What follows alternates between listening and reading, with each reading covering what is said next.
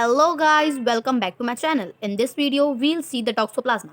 तो अब इसकी सबसे मोस्ट कॉमन जो वेरिएंट फॉर्म हमारे पास स्पीशीज मिलती है that is the toxoplasma plasma gondii, ठीक है, या गोनिडाई जिसको हम लोग बोलते हैं।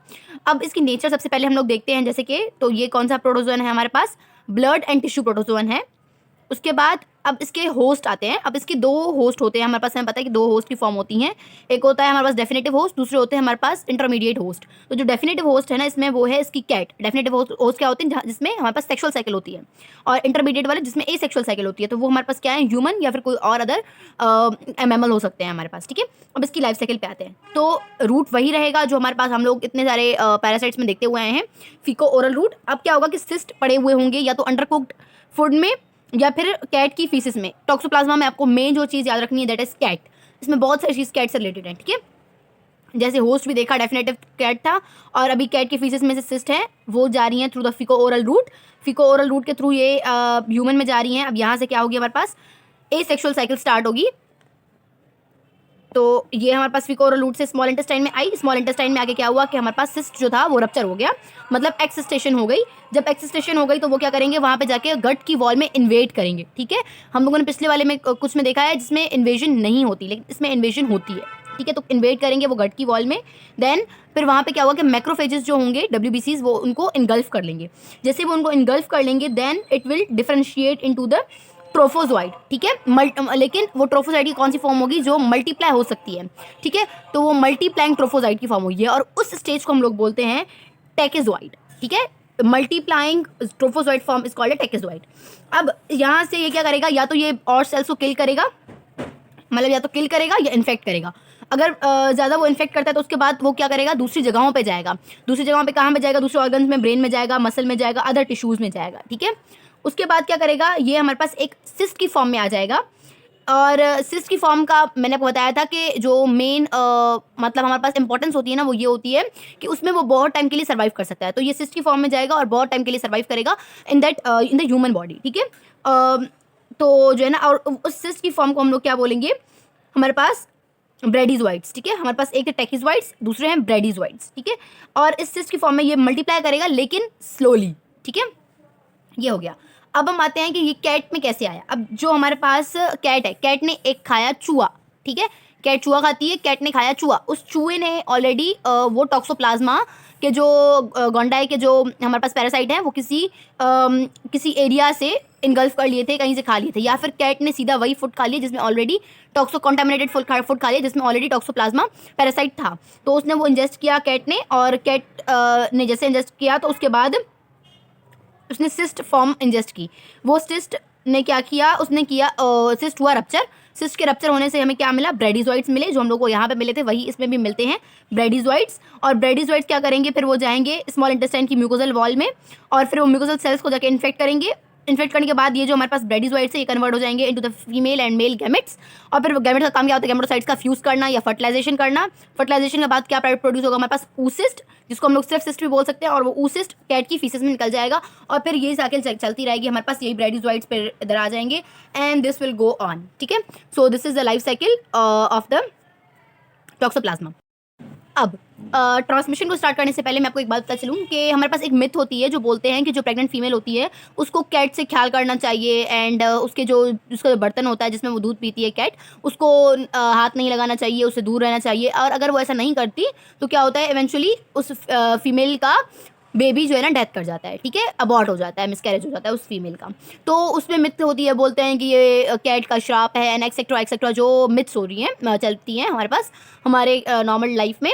बट रियलिटी ये है कि उस कैट को अगर वो कैट इन्फेक्टेड है टॉक्सोप्लाज्मा से और उसको टॉक्सोप्लाज्मोसिस है, तो क्या होगा कि वो फीमेल तक जो है ना ट्रांसमिट हो जाएगी, और वो फीमेल से फिर बेबी तक ट्रांसमिट हो जाती है।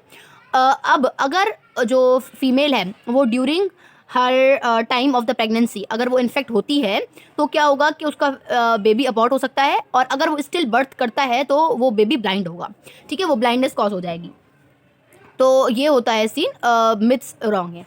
तो अब हम देखते हैं, और ये क्यों होता है, बिकॉज वो जो हमारे पास आईजीजी है ना, हमें पता है आईजीजी इम्यूनिटी प्रोवाइड कर, आईजीजी की फॉर्म में मदर जो है ना इम्यूनिटी प्रोवाइड करती है किसको, बेबी को। तो वो आईजीजी जो है ना जब वो पास करते हैं तो टॉक्सोप्लाज्मोसिस भी उसके थ्रू पास कर जाता है और प्लेसेंटा के थ्रू। तो इसलिए हमारे पास जो है ना इन्फेक्टेड मदर को अगर जो है ना हमारे पास टॉक्सोप्लाज्मोसिस है तो वो फीटस की तरफ ट्रांसमिट होगी, लेकिन human to human normal transmission होना इज इम्पॉसिबल।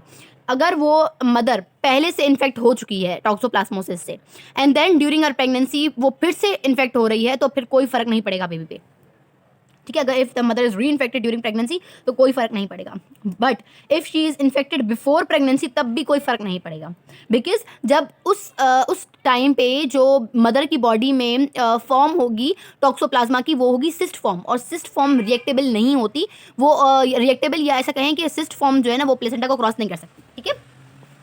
देन आते हैं एपिडेमियोलॉजी पे।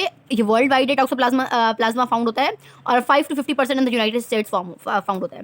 Then coming upon the clinical findings, अब हम कैसे पता चले कि उस पेशेंट को हमारे पास टॉक्सोप्लाज्मोसिस हो गई है। मोस्टली जो पेशेंट्स होते हैं टॉक्सोप्लाज्मोसिस के वो एसिम्टोमेटिक होते हैं, लेकिन किसी किसी में हमारे पास हमें मोनोन्यूक्लियोसिस के सिम्टम्स मिलते हैं। मोनोन्यूक्लियोसिस एक डिजीज़ है जो आप आगे पढ़ेंगे।